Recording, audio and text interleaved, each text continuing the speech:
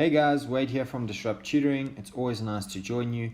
Today I'm going to be taking you through a question on functions which was taken from the November 2017 DBE exam. So let's jump in. We're given the function g of x equals 2 to the negative x minus 4, and we need to determine x if g of x equals 4.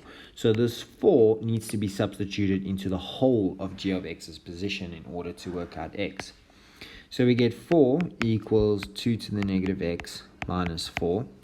Now exponential laws apply, so we can solve for the x. But first we need to take this minus 4 over to that side.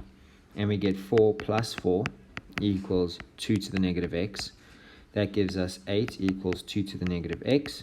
Break down the 8 into its prime factors or prime bases. And we get 2 to the power of 3. And that equals 2 to the negative x. The bases are now the same, so they will fall away, leaving us with 3 equals negative x. To get x by itself, divide negative 1, and therefore x is equal to 3. And that's it. That'll give you your 2 marks.